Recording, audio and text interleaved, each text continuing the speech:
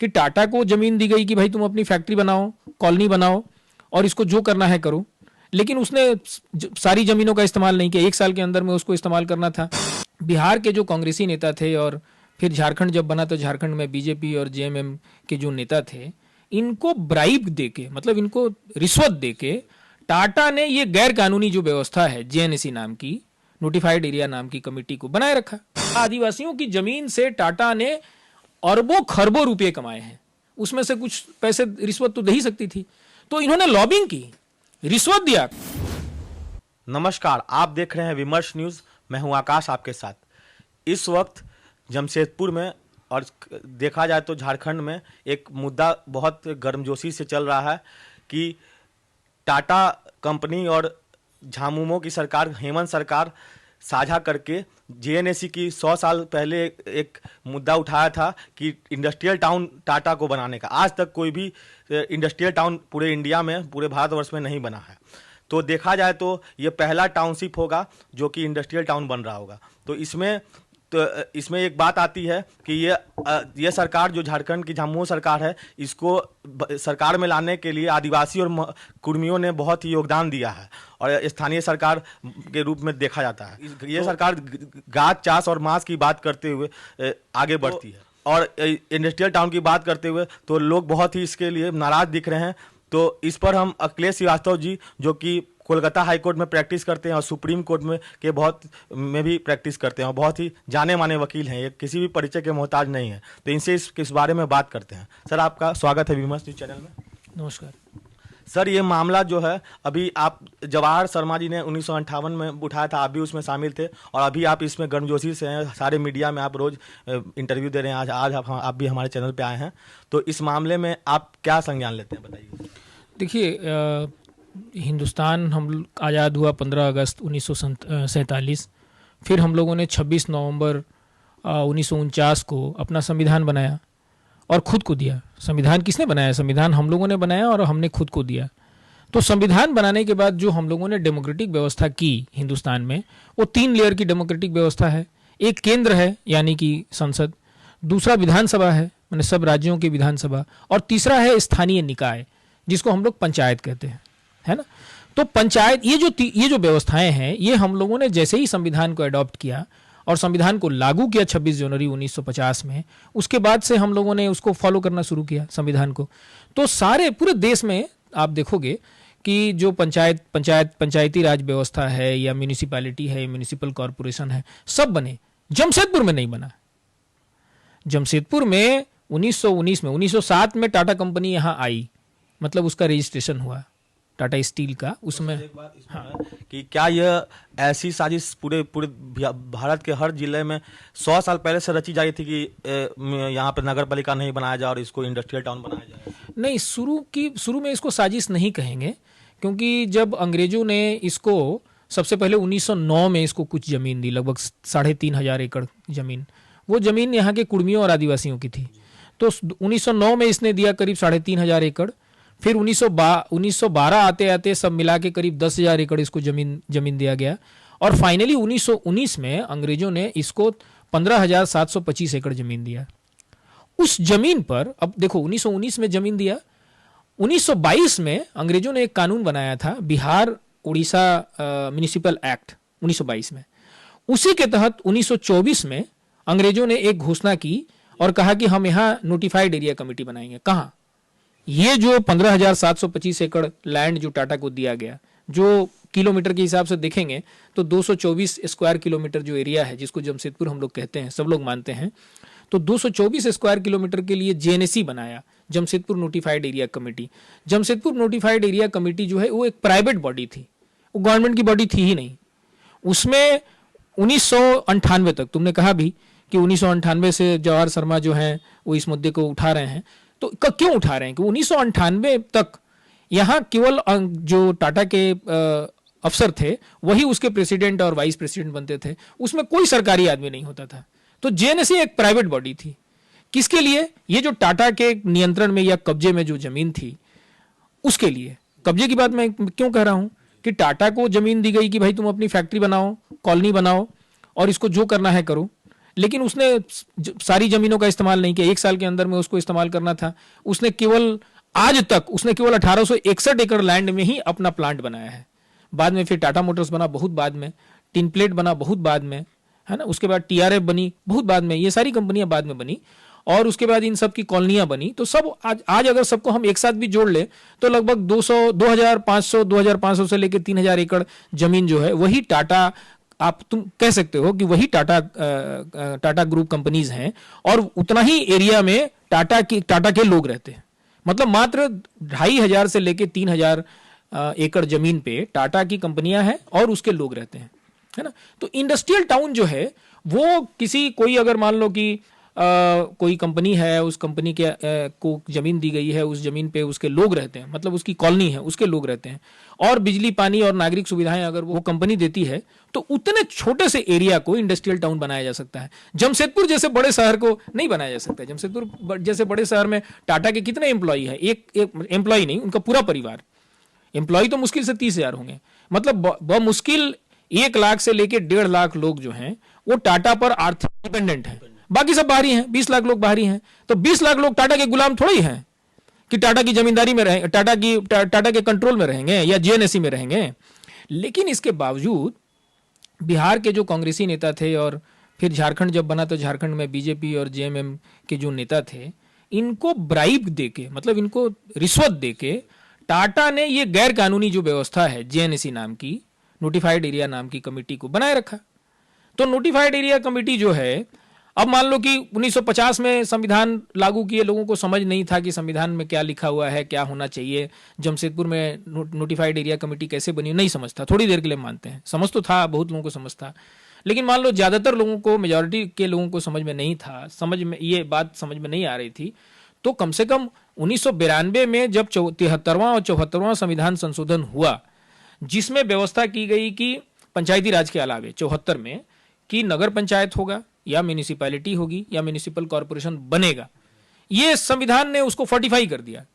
मतलब उसको जो पहले से जो व्यवस्था थी, 3 लेयर की जो हमारी डेमोक्रेटिक व्यवस्था थी, उसको और भी स्ट्रेंथन किया, क्योंकि उसको डिसेंट्रलाइजेशन करना था। पावर को संसद और विधानसभाओं से नीचे ले आना था। इसलिए उसने ये संविधान संशोधन किया गया उस संविधान में, और उसको ताकि जो स्थानीय निकाय है लोगों तक पावर पहुंचे, है ना। सत्ता जो कॉन्सेंट्रेटेड था, वो पावर सत्ता जो है उसका डिसेंट्रलाइजेशन हो, पावर नीचे तक पहुंचे। इसीलिए ग्राम पंचायत और नगर पंचायत की व्यवस्था की गई। तो 1992 के बाद नोटिफाइड एरिया कमेटी कैसे बनी रही। उसके बाद झारखंड बना 2000 में, तुमको मालूम है 15 नवंबर 2000 में झारखंड बना। तो 2011 में इसने अपना म्यूनिसिपल एक्ट बनाया झारखंड ने। उसमें ऐसी कोई व्यवस्था नहीं है, कोई नोटिफाइड एरिया कमेटी नाम की कोई चीज नहीं है। तो लेकिन फिर भी चलता रहा। 1992 से लेके 2011 तक चली। अब फिर 2011 से लेके आज तक 2023 तक अभी भी तो उसके ऑफिसर जाके बैठ रहे हैं ना, सब चोर हैं। वो चोरों को अड्डा और कुछ नहीं है, सब चोर हैं। खाली नाम के लिए उसको सरकार ने अपना एक टैग लगा दिया है। 1998 तक तो टाटा के लोग थे, जैसा मैंने बताया। 1998 से लेके 2006 तक डीसी जो है वो एक नुमाइंदा, एक एडमिनिस्ट्रेटर नियुक्त किया। उसको कहा गया था, सरकार ने कहा कि एडमिनिस्ट्रेटर बनाओ, तो एडमिनिस्ट्रेटर बना दिया। और 2006 से लेके स्पेशल ऑफिसर सरकार बनाना शुरू की, जो आज 2023 तक, 2006 से 2023 तक स्पेशल ऑफिसर बनते रहे और आज भी है। ये सारा का सारा अवैध, असंवैधानिक, गैर कानूनी है। हेमंत के ऊपर क्या कहते? तो हेमंत सरकार का ने भी तो वही किया। हेमंत सरकार को तो मालूम है, मैंने खुद ट्वीट किया उसको। मैं ट्वीट सबको करता हूं। मैं प्रधानमंत्री को टैग करके ट्वीट करता हूं, मैं मुख्यमंत्री को टैग करके ट्वीट करता हूं और बताता हूं कि ये सब अवैध है। हेमंत सोरेन की सरकार जब बनी थी तभी मैंने कहा कि ये अवैध है, इसको तुमको बदलना पड़ेगा। लेकिन उसको तो बदलना नहीं था। पूरी जेएमएम जो है वो भ्रष्ट लोगों का, माने अनपढ़ गधों की एक पार्टी है, वो जिसको संविधान से कुछ लेना देना नहीं है, ना संविधान जीवन में कभी पढ़ा नहीं। तो इनको जैसे कि ये 100 साल से आप बता रहे हैं जेएनएससी बना और 1958 से आप लोग ने पहल ली, 1998 से, माफ कीजिएगा। तो 1998 के बाद अभी ये पहल अभी अखबारों में छप रही है, हो रहा है। तो उसके बाद अभी से आपको लग रहा है ये अगर प्रस्ताव पारित हो जाता है खुदा ना खास्ते, तो आप लोग किस तरह से आंदोलन बढ़ेगा और आप लोग क्या भूमिका अदा करेंगे? हाँ, वो पहले ये बात हम खत्म कर लें कि ये जो व्यवस्था है, जेएनएससी की जो व्यवस्था अभी है, ये तो चैलेंज्ड है, क्योंकि 1989 में 1989 में जब जवाहर शर्मा जी गए सुप्रीम कोर्ट में, तो सुप्रीम कोर्ट ने कह दिया म्युनिसिपल कॉर्पोरेशन बनाने के लिए, लोगों ने बनाया नहीं। 1992 में जब संविधान का संशोधन हुआ 73वां और 74वां, उसके बाद तो इनके पास कोई चारा ही नहीं था, है ना, क्योंकि वो तो सुप्रीम कोर्ट का आदेश है, और उसके बाद फिर आप संविधान संशोधन करके उसी व्यवस्था को आप फोर्टिफाई कर रहे हैं, है ना। तो इनको बनाना था, तो ये बनाए नहीं, एक गैर कानूनी व्यवस्था जेएनएससी बना के इतने सालों तक रखे रहे। तो अब इनको मालूम है कि सुप्रीम कोर्ट आज या कल जब भी डिसाइड करेगा वो नगर निगम के पक्ष में डिसाइड करेगा। नगर पंचायत बनाइए, चाहे म्युनिसिपैलिटी बनाइए या म्युनिसिपल कॉर्पोरेशन बनाइए, तो ये तो हारने के कगार पे हैं। तो हारने के कगार पर है, इसीलिए इन लोगों ने संविधान में यानी कि 243 क्यू में प्रोवाइजो में लिखा हुआ है कि कहीं कहीं जहां इंडस्ट्रियल एस्टेब्लिशमेंट है और वो नागरिक सुविधाएं देती है अपने लोगों के लिए, तो अपने लोगों के लिए अगर कोई ऐसी व्यवस्था है, एक छोटी सी कोई जगह है जहां इंडस्ट्री और उसके लोग रहते हैं, आप उसको इंडस्ट्रियल टाउन बना सकते हैं, जमशेदपुर को नहीं बना सकते। तो इन्होंने उस संविधान की उस व्यवस्था का हवाला देखा। उस संविधान की उस व्यवस्था कैसे आई वो भी जान लो, ये अपने से नहीं आई। जो संविधान संशोधन के लिए जो मसौदा गया था, पार्लियामेंट के पास था, जिस पर डिस्कशन हुआ, उसमें इंडस्ट्रियल टाउन नाम की कोई चीज नहीं थी। ये टाटा वाले लॉबिंग किए सरकार के पास, नीरा राडिया का नाम सुना था ना, इनका टाटा की एजेंट थी वो, तो इनके लॉबिंग करने वाले लोग थे। टाटा ने करोड़ों रुपए खर्चा किए, क्योंकि जो यहाँ आदिवासियों की और कुर्मियों की जमीन है उससे इन्होंने करोड़ों रुपए कमाए हैं। मतलब हम एक एस्टीमेट निकाले थे, तो हमको लगा कि 2 लाख करोड़ रुपया का हम एस्टीमेट निकाले थे, इंटरेस्ट जोड़ोगे तो 10 लाख 20 लाख कहां पहुंचेगा उसका कोई ठिकाना नहीं है। तो आदिवासियों की जमीन से टाटा ने अरबों खरबों रुपये कमाए हैं, उसमें से कुछ पैसे रिश्वत तो दे ही सकती थी। तो इन्होंने लॉबिंग की, रिश्वत दिया कांग्रेसियों को, और उसके बाद ये संविधान सब मतलब सारे पॉलिटिकल पार्टीज को, क्योंकि ये सब पॉलिटिकल पार्टी वाले पढ़ के ना इसको ये किए, पारित किए। बीजेपी वाले या दूसरे पार्टी वाले तो आके नहीं बोले कि ये संविधान संशोधन गलत है, इसमें इंडस्ट्रियल टाउन क्यों बना रहे हो या उसका प्रोवाइजो क्यों ला रहे हो। तो लॉबिंग करने से ही आया। इसीलिए तुम अगर संविधान पढ़ोगे या इनका म्युनिसिपल लॉ पढ़ोगे तो इसमें इंडस्ट्रियल टाउन की व्यवस्था कैसी होगी इसके बारे में कोई क्लैरिटी नहीं है। पूरे हिंदुस्तान में, पार्लियामेंट तो छोड़ ही दो, सुप्रीम कोर्ट के जजेस को भी पता नहीं है कि इंडस्ट्रियल टाउन कैसे बनेगा। ये मॉडल बना ही नहीं अभी तक हिंदुस्तान में। कोई बनाएगा, वो जाएगा सुप्रीम कोर्ट में, सुप्रीम कोर्ट उसको एग्जामिन करेगी कि हाँ इसको इंडस्ट्रियल टाउन हम माने कि नहीं माने। एक सवाल उठता है, एक सेकंड हम बोल देते हैं। तो ये समझ लो कि ये जो हारने वाले हैं, इनको मालूम है कि हमको बनाना पड़ेगा म्युनिसिपल कॉर्पोरेशन। उससे बचने के लिए उन्होंने उसका सहारा लिया कि अब जाके सुप्रीम कोर्ट में कहेंगे जवाहर शर्मा जी का तो अब इनफ्रक्चुअस हो गया। उनका जो पिटीशन है वो तो इसीलिए ना आए कि भाई संविधान को हम लोग पालन करें, तो हम संविधान के अनुरूप इंडस्ट्रियल टाउन बना रहे हैं, अब इनका डिसमिस कर दीजिए। ये बनाएंगे कुछ नहीं, ये उल्टा पुल्टा नोटिफिकेशन निकालेंगे, टाटा को कहेंगे कि अब इसको तुम चैलेंज करो हाई कोर्ट में। अभी तक जैसे 1989 से सुप्रीम कोर्ट का आदेश आने के बाद आज तक नहीं बना, तो 34 साल से नहीं बना, तो अगला 20-30 साल तक ये पैसे लिए हैं। हेमंत सोरेन पैसा लिए हैं, बाबूलाल मरांडी, अर्जुन मुंडा, कांग्रेसी जितने सब हैं सबको टाटा ने पैसा दिया है, सबको खरीदा है पैसा देके, रिश्वत देके। तो ये लोग अब चाहते हैं कि 10-20 साल और चले, और ये सब इसलिए भी कर रहे हैं कि 30 साल खत्म होने वाला है। 2005 में किया तो 30 साल के लिए किया ना, 20 साल के लिए किया, तो 2025 में 20 साल के लिए किया। पहले बिहार गवर्नमेंट ने किया था 30 साल के लिए, अर्जुन मुंडा ने किया इसको 20 साल के लिए। तो 2025 में अभी जो तथाकथित लीज है, फर्जी लीज, उसका भी टाइम खत्म। तो अब तो सरकार को बैठ के फैसला करना है क्या करना है। तो दो बात है, एक तो जो सुप्रीम कोर्ट में ये हारने वाले हैं, दूसरा 2025 में जो ये इनका लीज, जो फर्जी लीज बनाए हैं, उसका पीरियड खत्म हो रहा है, तो इनको अब बैठना पड़ेगा कि क्या करें। इन दोनों से बचने के लिए टाटा ने इन सबको खरीदा, सारे पॉलिटिकल पार्टी के बड़े नेताओं को खरीदा, और सब मिल के ये मसौदा लेके आए हैं कि हम इंडस्ट्रियल टाउन बनाएंगे। तो ये इंडस्ट्रियल टाउन लीगली और कॉन्स्टिट्यूशनली मेनली ये बन नहीं सकता है कि इंडस्ट्रियल टाउन का कोई मॉडल, कोई कॉन्सेप्ट पार्लियामेंट के पास नहीं है। इनके पास क्या होगा, ये जो कैबिनेट है, इसको संविधान कभी उलट के पढ़े हैं, उठाए हैं संविधान, इनको मालूम है कितने अनुच्छेद हैं संविधान में, इनको क्या पता है। इनको संविधान, देश, राज्य, आदिवासी और इस राज्य से उनको कुछ लेना देना नहीं, उनको पैसा दो कुछ भी कर देंगे। तो सर जैसे कि उड़ीसा में हुआ था, एक मेदांता कंपनी थी, वो उसको एक भक्त चरण दास ने जीत के दिखाया था, वो कांग्रेस के ही थे, तो मतलब उसके खिलाफ लड़ाई लड़ी थी भक्त चरण दास ने, आप जानते होंगे, वाहिनी के ही आदमी। तो वैसे ही अगर यहाँ इंडस्ट्रियल टाउनशिप बनती है तो सारे आदिवासियों कुर्मी या फिर बिहारी के निवास टूटेंगे, तो उनको मुआवजा देके उनको विस्थापित किया जाएगा। हम देखो, हम उनको बता रहे हैं, विस्थापित तो काफी पहले किया गया। देखो सीधी बात है कि टाटा ने जितना सबलीज किया है वो सारा सबलीज जो है जिसको किया उसका हो गया, क्योंकि वो सबलीज है नहीं, वो तो ग्रांट है। टाटा को ग्रांट मिला, उसको फर्स्ट ग्रांट कहेंगे। उन्होंने अगर इनको दे दिया, हमको दे दिया, तुमको दे दिया, तो सेकंड ग्रांट है, ठीक है ना। वो मेरा हो गया, तुम्हारा हो गया, उनका हो गया। ये अब टाटा, और टाटा क्या सरकार भी नहीं, सरकार की भी हैसियत नहीं है, उसकी औकात नहीं है, क्योंकि ऐसा कोई लीगल प्रोविजन नहीं है कि वो ले सके। जिसका हो गया हो गया। इस जमीन को अगर किसी को लेना है तो जिनकी जमीनें थी ये कुर्मियों और आदिवासियों की, उनके वंशज अगर चाहें, अगर वो हैं, अगर वो चाहें तो वो ले सकते हैं, क्योंकि वो सरकार से जाके पूछ सकते हैं कि ये जमीन तुम्हारी थी कि तुम्हारा डीसी जो है ये टाटा ने इसको सबलीज किया और डीसी उस सब में ठप्पा लगा दिया। तुम्हारे बाप की जमीन नहीं ना थी, तो डीसी ने कैसे ठप्पा लगा दिया? तो वो आदिवासी अगर चाहें, कुर्मी चाहें, तो ये जमीन जमशेदपुर तो बर्बाद हो जाएगा, टूट जाएगा। और अगर नहीं भी चाहें, अगर वो नहीं भी चाहें, तो भी ये जमीन अब टाटा के पास नहीं जाएगी, सरकार इसको नहीं ले सकती है, क्योंकि सेकंड ग्रांट में डीसी का साइन है। मतलब स्टेट जो है, मतलब सरकार जो है, उसका खुद का ठप्पा है। तो तुमने ना दिया सेकंड ग्रांट, तो लोगे कैसे? तुमने फर्स्ट ग्रांट दिया टाटा को, और तुमने सेकंड ग्रांट डीसी के हस्ताक्षर से, उसके सील से तुमने दिया बाकी लोगों को, जो लोग यहां बसे हुए हैं।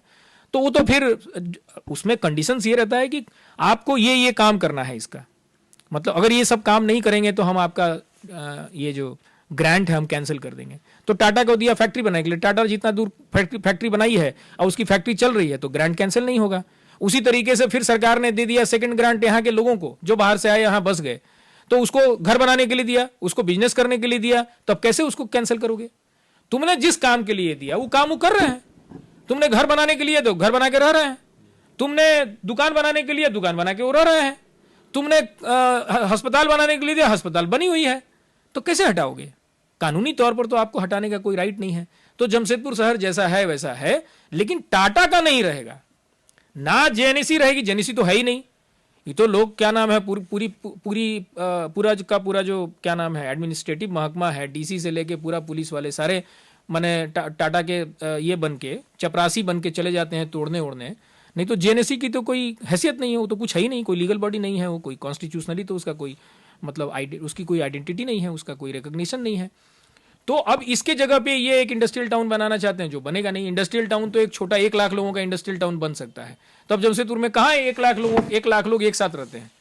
अगर टाटा की कंपनी और उनकी कॉलोनी 1 लाख लोगों की अगर एक साथ होती और उसका डिमार्केशन होता तो शायद बन भी जाता, लेकिन ऐसा तो नहीं है। यहाँ 20 लाख से ज्यादा लोग रहते हैं, तो 20 लाख लोग टाटा के, हेमंत सोरेन के, अर्जुन मुंडा के और बाबूलाल मरांडी के गुलाम थोड़े हैं। इनको गुलामी करना ही करेंगे, इनको चपरासी बनना है टाटा का। जाए चपरासी भी नहीं बनाएगी टाटा, क्योंकि इनका क्वालिफिकेशन नहीं है चपरासी बनने का भी, तो ये चपरासी भी नहीं बनेंगे। और अब एमएलए एमपी भी नहीं बनेंगे, मुख्यमंत्री बनना तो दूर है। और यहाँ के लोग, आदिवासी लोग भी खड़े होंगे, कुर्मी भी खड़े होंगे, और यहाँ जिनकी जमीनें वो हो गई, जिनका घर है, जिनकी दुकानें हैं, जिनके दूसरे एस्टेब्लिशमेंट है, वो छोड़ देंगे क्या? इतना आसान है? अब वो लोग जाएंगे टाटा की गुलामी करने कि टाटा पानी देगा तो हम लेंगे, हमको मिलेगा, नहीं देगी तो हमको पानी नहीं मिलेगा। टाटा जिसकी मर्जी उसकी बिजली काट देगी, टाटा जिसको मर्जी उसको सबलीज कर देगी। टाटा के बाप की थोड़ी है, टाटा के बाप की नहीं ना, ये तो आदिवासियों की और कुर्मियों की जमीन है, टाटा के बाप की नहीं है। टाटा का 100 साल से कब्जा है, ये कब्जा अब खत्म होगा। आखिरी सवाल सर, विपक्ष का क्या रोल है यहाँ पे? विपक्ष तो मिली हुई है ना। देखो बड़ा इंटरेस्टिंग बात है, अगर बीजेपी की सरकार होती इंडिपेंडेंट या कांग्रेस की सरकार होती इंडिपेंडेंट, तो वो लोग नहीं बनाते इसको। काहे नहीं बनाते? क्योंकि उनको फिर बाकी जगह जवाब देना पड़ेगा। कल अडानी बोलेगा कि पूरा गुजरात में वैसी कमेटी बना के, सबसे मजबूत है ना, सबसे पावरफुल है। अंबानी बोलेगा महाराष्ट्र में कि इसी तरह की कमेटी बना के दो, जो जमशेदपुर में बनाओ हमारे लिए बनाओ। वेदांता बोले वेदांता कंपनी जो, वो बोलेगी कि हमको बना के दो, जहां जहां मेरा उड़ीसा में सब बना के दो, तो नहीं ना बना के दे सकते हैं। इनकी सरकार नहीं रहेगी, दिखेंगे नहीं, ये कांग्रेस और बीजेपी वाले समाप्त हो जाएंगे, इतिहास के गर्त में चले जाएंगे, इसलिए ये नहीं बनाते। इसीलिए इन्होंने बंदूक रखा जेएमएम जैसी पार्टी की, जो कि एक निहायत घटिया पार्टी है।